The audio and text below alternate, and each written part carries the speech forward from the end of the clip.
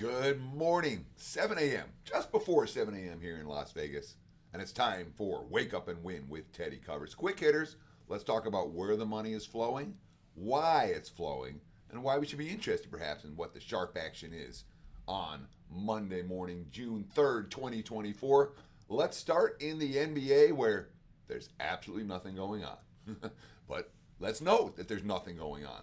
Right now, the Celtics got bet up from 6 to 6.5 right at the open for game one, and they've been sitting at 6.5 ever since. The total opened, some books open 214, some books open 215. Total basically sitting at 214.5. There is a prominent 213.5, but that's one bet at one sharp book.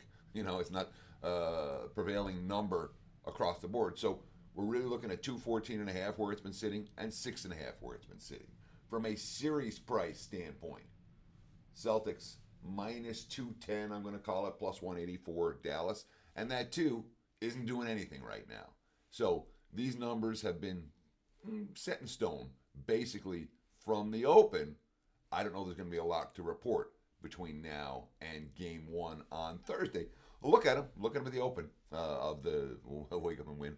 But right now, nothing doing in the association. There is a little bit doing in the WNBA this morning. And again, I'm not a WNBA capper, but when we're tracking sharp money and talking about where the money is flowing, WNBA sharp money, worth respecting, in my mind, much more than NBA sharp money. The guys who are moving the marks in WNBA are winning bettors, and they've beaten this sport. The guys who are moving the markets in the NBA, zip. Anyhow, what we're seeing in terms of the overnight moves, the sharp money in WNBA for today. Money for the Mystics. Washington was 14.5 point dogs last night. They're only 12.5 point dogs this morning. That's the one that really stood out to me. So, for what it's worth, we're also seeing a little bit of over money for the Liberty and the Sky. We talked about WNBA totals on Friday, and where the sharp money went there when the under, and I think that cashed by 20 plus points. Over money overnight between Chicago and New York in WNBA action. Before we talk about what's going on in baseball, and I do want to talk about college football today. I'm not going nuts in college football, but we want to talk about what the markets are doing. Let me shout out a couple guys. First, I really look, if you have a moment, just click, just do me a solid. Do people still say that anymore? Do me a solid. Click the like button. You can do it right now. It's done. It really helps me. Thank you. If you want, comment. If you want to visit the website, wt.buzz/TC or WagerTalk.com. Appreciate that for sure. You want to follow me on Twitter at Teddy_covers? That's great. But the like, click, really makes all the difference. Thank you. And I want to shout out all the guys. There are a bunch of guys who commented on Friday. Great response in the comments on YouTube. Thank you for doing that.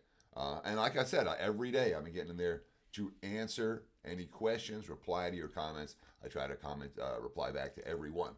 But shout out to D. Kuzi, Rajakarak, Tamus, Bryant C. 2899, Marvel Raider, Aaron Angelis, Doc Holliday, Anthony Thornhill, Nathan T., Manthus 22, Prince Paul, and all of you who are in the comments. Thank you.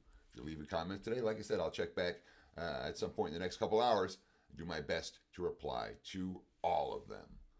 Let's talk a little, of college football before we get to the MLB for today. Because I had a really interesting conversation with Arthur DeCesar, the risk supervisor at the Westgate Race and Sportsbook here in Las Vegas, the Superbook here in Las Vegas. And Art was saying there's not a lot going on in the college football markets right now. Less than the average year at this time. I started looking around. I'm like, that makes perfect sense. The college football betting marketplace right now, circa 2024, circa the beginning of June 2024, is as confused as I've ever seen it. All right? We've got a whole bunch of teams in new conferences this year. We have a whole bunch of transfers that nobody knows how good many of these teams really are. We have some projections. The projections are dicey. The projections aren't necessarily worth the paper they're printed on. So what we're seeing in college football, even among the wise guys, is less early action and more uncertainty. The season win total bets haven't been popped, really, in a real way. The week one numbers haven't been popped in a real way. There's arbitrage. One book's open 13, one book's open 16, and the bettors decide which one's the better the number, or they decide something in between. And they're, laying 13 and taking 16. It's your classic arbitrage scenario. So we're seeing that from the openers in college football.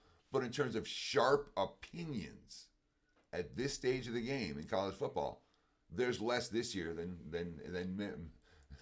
any year that I can remember.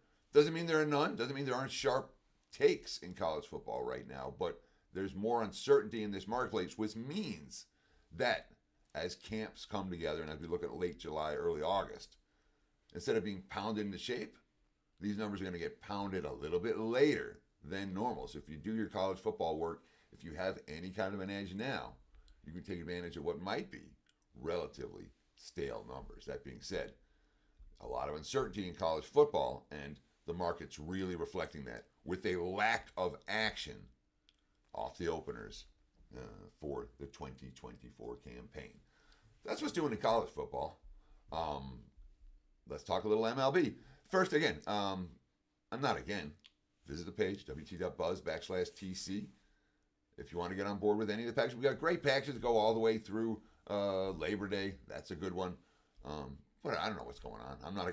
I'm not a marketing guy. I like to handicap games. That's my focus. It's always been my focus, and that's why sometimes my sales pitches are really crappy. I hope you don't mind. That being said, check out wt.buzz/TC and visit WagerTalk.com to see what the packages are going for today. Nothing special, nothing super exciting on Monday. Nonetheless, not a bad day if you have time to check it out. Let's talk what's moving in the baseball betting markets right now. Let me get a sip. Look at the Nationals and the Mets. This one I'm surprised. I thought we'd see under money between McGill and Gore. Thought we'd see some signs of that last night. Hasn't come. Money's come the other way. We're seeing over money for the Mets and the Nationals. To me, again, the ones that are counterintuitive, the ones that, all right, well, really stand out to me. And this is one of those with two pitchers that are have some good numbers and are in pretty good current form. Nonetheless, over money there. We saw money for the Colorado Rockies last night, which I can't say I've said very often. But the Rockies were awful in April through most of May. They've been better, even though they got shut down. I think scored one run the last two games against the Dodgers. Nonetheless, Rockies money today as short home dogs against Cincinnati. Maybe it's a fade of the Reds as much as it is a bet on Colorado.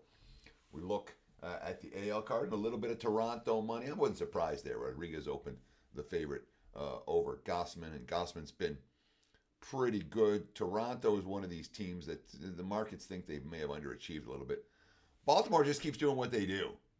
A team that doesn't get the market respect that other elite teams do. And they've been betting the Orioles every day this year, just like last year, just like the year before. You made money. Nonetheless, we're seeing Toronto money a little bit in early start action today. And there was one other worth talking about when it comes with the total. We're seeing under money for, and not a ton of it, but we have seen some under money for San Diego and LA, 8.5 the total there.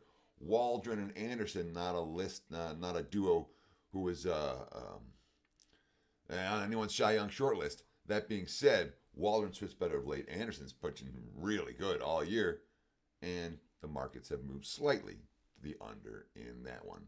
I really hope this info is helpful for you. If it's not, tell me in the comments why not. If it is, tell me in the comments that it is. Appreciate the likes, appreciate the follows. Have a great Monday. We'll see you guys tomorrow. Cheers.